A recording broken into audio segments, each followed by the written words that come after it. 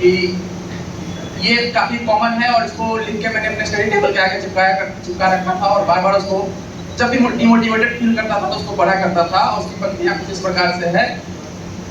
राह जहां तक जाएगी राहगीर वहां तक जाएगा, राह जहां तक जाएगी राहगीर वहां तक जाएगा, तुम दरिया से क्या पूछ रहे कि नीर कहां तक जाएगा।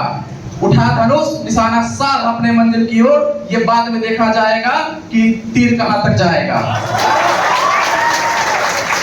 अभी तक आप लोगों ने जितने साथियों को सुना, ज्यादातर आप गौर करेंगे कि यूपीएससी की तैयारी कर रहे थे और ऊपर से नीचे की ओर आकर पीपीएससी में अंतिम रूप से सफलता पाए हैं।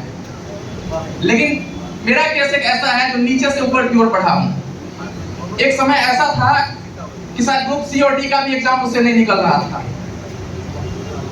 2019 में सब मैंने ग्रेजुएशन किया था और इनिशियली मैं अपने जॉब में सेटिस्फाइड भी था और जॉब कर भी रहा था।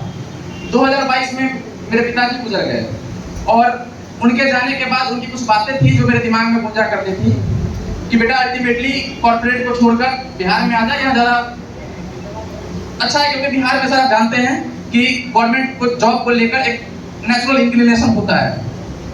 तैयारी जब शुरू करी थी सर तो कुछ मार्गदर्शन समझ में आ नहीं रहा था।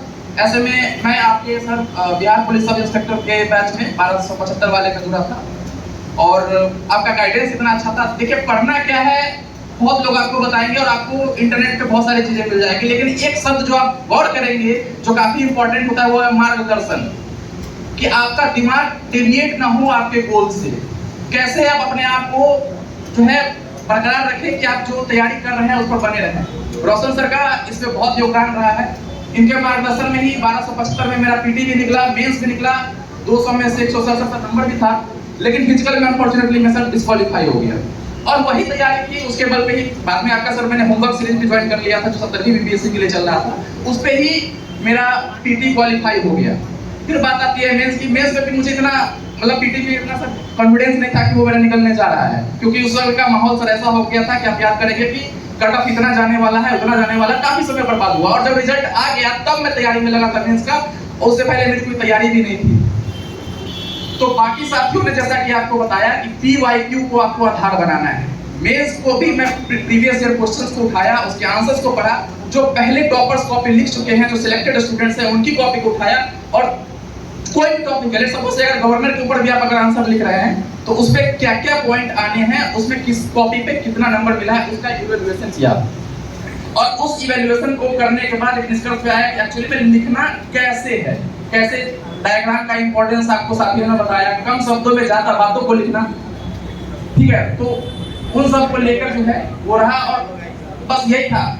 तैयारी के घंटे के लेकर बातें चल रही है। पीटी तक मेरे पास बहुत ज्यादा समय नहीं होता था क्योंकि सर मैं कॉर्पोरेट सेक्टर में जॉब में था। हार्डली 2 आवर्स मॉर्निंग में, हार्डली 2 आवर्स इवनिंग में, आफ्टर जो मैं शिफ्ट जब एंड हो जाता था 4 घंटे, लेकिन उसको मैं कोशिश करता था कि फिक्स रखूं। हाँ, सैटरडे संडे का जब फिर समय आता था तो मैं उसको कोशिश करता था 8 घंटे इवन 10 घंटे भी सैटरडे संडे को लेकर जाता था। मेंस में 2 महीने का ही समय था। उस पीरियड में टाइम और फिक्स नहीं था सर, 10 घंटे 12 घंटे 14 घंटे जितना शरीर अलाउ कर सके उतना चल रहा था। और पूरी तरीके से झोंक देने के बाद जब रिजल्ट आया तो परिणाम सुखद ही रहा। और जैसा कि बताया कि वो बाद में देखा जाएगा कि तीर कहां तक जाएगा, आप अपने आप को बस झोंक दीजिए अपनी तैयारी में। बहुत बहुत धन्यवाद। देखिए